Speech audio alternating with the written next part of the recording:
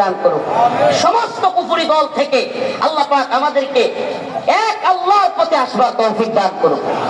তো বলতেছিলাম যে সকাল 5টার নামাজ সকাল 10টায় দিলে মানবেন? কেন মানবেন না? সুযোগ করে দিল। আরে এটা তো ভালো সংস্কার হইলো। দেশে কোনো সংস্কার নাই, সংস্কারের নাম দিয়া 2000 লাশ, এত এত আমাদের জেল জুলুম রিমান্ড নির্যাতন, এত কিছুর মধ্য দিয়া এই শত শত ছোট ছোট বাচ্চাদেরকে গুলি করে হত্যা, হাজার হাজার আহত। জুলাই যোদ্ধা আজকেও আপনাদের গাজীপুরের একজন জুলাই যোদ্ধা মুবাশশির ভাই দেখা করলো, হাতের এই পাশে গুলি লেগে ওই পাশে চলে গেছে। আমি প্রথম রফিকুল ইসলাম, আস্তাগফিরুল্লাহ, আল্লাহ মাফ করুক, মা এবং স্ত্রীর কাছ থেকে বিদায় নিয়ে বের হয়েছিলাম জুলাই আন্দোলনে। ওরা তো বিদায় দিতে চায় না, কান্নাকাটি।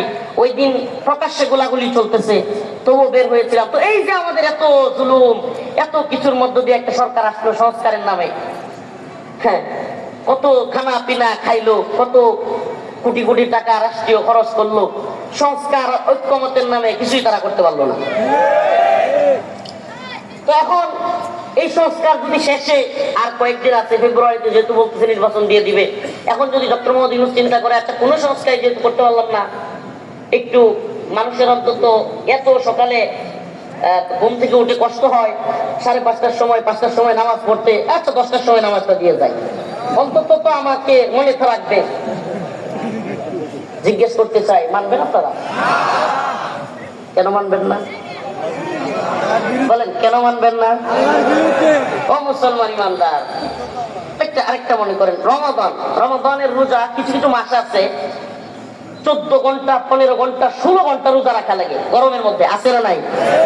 এখন মনে করেন এই বছর যদি আপনার কথার কথা ফেব্রুয়ারিতে হয়, ফেব্রুয়ারির শেষ দিকে কিছুটা গরম পড়ে যাবে, ফেব্রুয়ারির শেষ দিকে কি হবে, একটু গরম পড়ে যাবে, শীত চলে যাবে।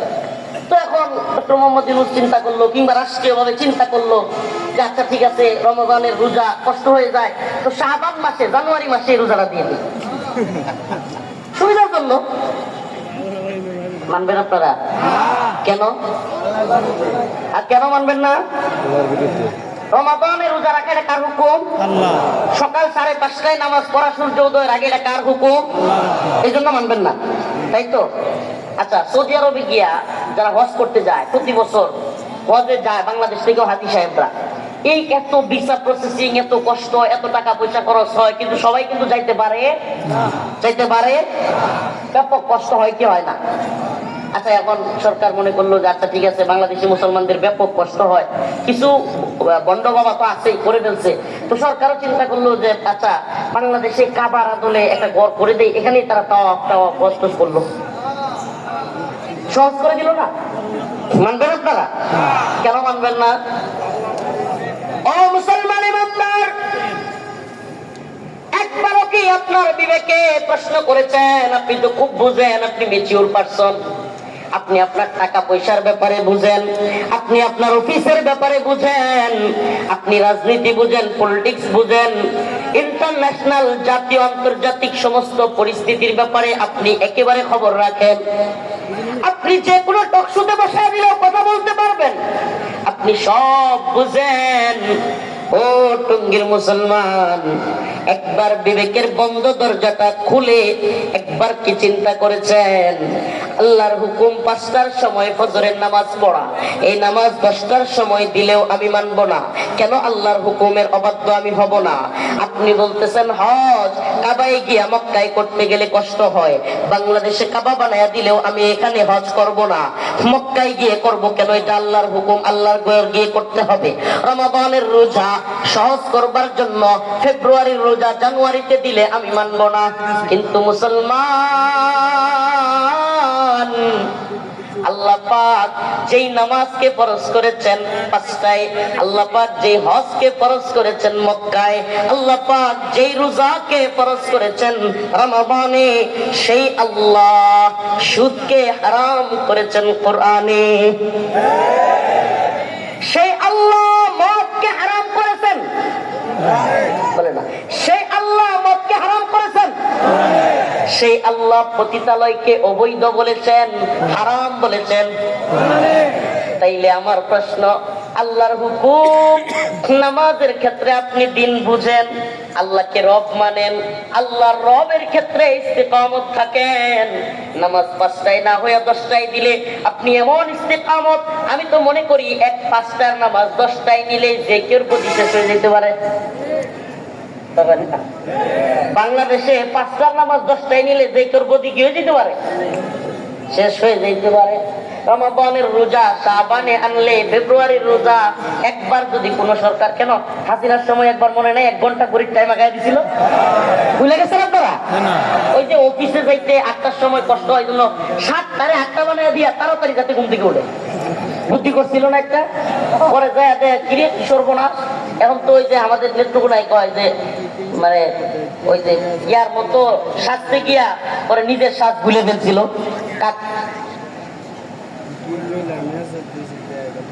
সাজতে সাজতে হেচ্ছরা যা কয় না, এখন আরেকজনের নাচ শিখতে গিয়ে নিজের নাচ কি করে ফেলছে, ভুলে গেছে, পরে আবার জায়গা মতো আসছে। তো এখন যদি এই সরকারও চিন্তা করে যে একটা সংস্কার, তাইলে আপনারা কিন্তু মানবেন না। এমনকি 5টার নামাজ 10টায় হলে গতি চেঞ্জ হয়ে যেতে পারে, কাবার আদলে হজ করতে বাধা দিলে গতি চেঞ্জ হয়ে যেতে পারে, এমনকি রমাদানের রোজা রজবে জানুয়ারিতে আনলে গতি চেঞ্জ হয়ে যেতে পারে। কিন্তু এ ব্যাপারে আপনি ইস্তেকামত, রোজা আল্লাহর হুকুম, নামাজ আল্লাহর হুকুম, হজ আল্লাহর হুকুম।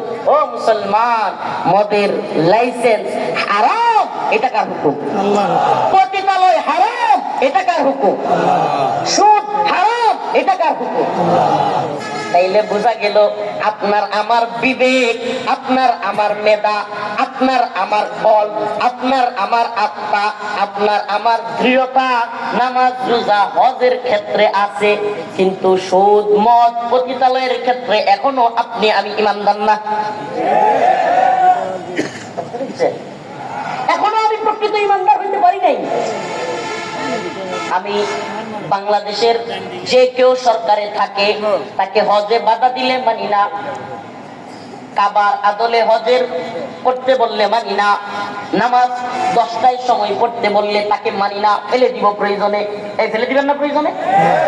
নামাজ যদি চেঞ্জ করে দেয় কি করবেন? ফেলে দিবেন প্রয়োজনে। কিন্তু সেই সরকারগুলো আল্লাহর আইনগুলো ইচ্ছা মতো পরিবর্তন করতেছে। কি করতেছে? আল্লাহর আইনগুলোকে ইচ্ছে মতো পরিবর্তন করছে। এই বাংলার মুসলমান যেন বুঝতে আসে না এগুলো যে আল্লাহর বিরুদ্ধে এবং এগুলো যে কোরআনের বিরুদ্ধে। শুধু কোরআনের বিরুদ্ধে না, এগুলো তাওহীদ আল উলুহিয়্যা, ইবাদত, আল্লাহর হুকুম মানা কি। এতক্ষণ বুঝে থাকলে আলোচনা বলেন, আল্লাহর হুকুম মানা কি? নামাজ পড়াই শুধু ইবাদত না, রোজা রাখাই শুধু ইবাদত না। যদি নামাজ পড়াই মকবুল ইবাদত হইতো তাইলে ফজরের পরেও নামাজ পড়া যাইতো। যদি রোজা রাখাই মকবুল ইবাদত হইতো তাইলে ঈদের দিনও রোজা রাখলে সওয়াব হইতো। ঠিক ঠিক না? তাইলে বোঝা যায় আল্লাহর হুকুম মানাই হইল প্রকৃত ইবাদত। কার হুকুম মানা? আল্লাহর হুকুম মানাই হলো, আল্লাহর হুকুম মানাই হলো প্রকৃত ইবাদত। তাইলে হজের ক্ষেত্রে আমি প্রকৃত ইমানদার, নামাজের ক্ষেত্রে আমি প্রকৃত ইমানদার, রোজার ক্ষেত্রে আমি প্রকৃত, কিন্তু মদের ক্ষেত্রে, সুদের ক্ষেত্রে, পতিতালয়ের ক্ষেত্রে আমি ইমানদার না। আফাতুমিনুনা বিবাদিল কিতাব ওয়া তাকফুরুনা বিবাদ। আফাতুমিনুনা বিবাদিল কিতাব ওয়া তাকফুরুনা বিবাদ।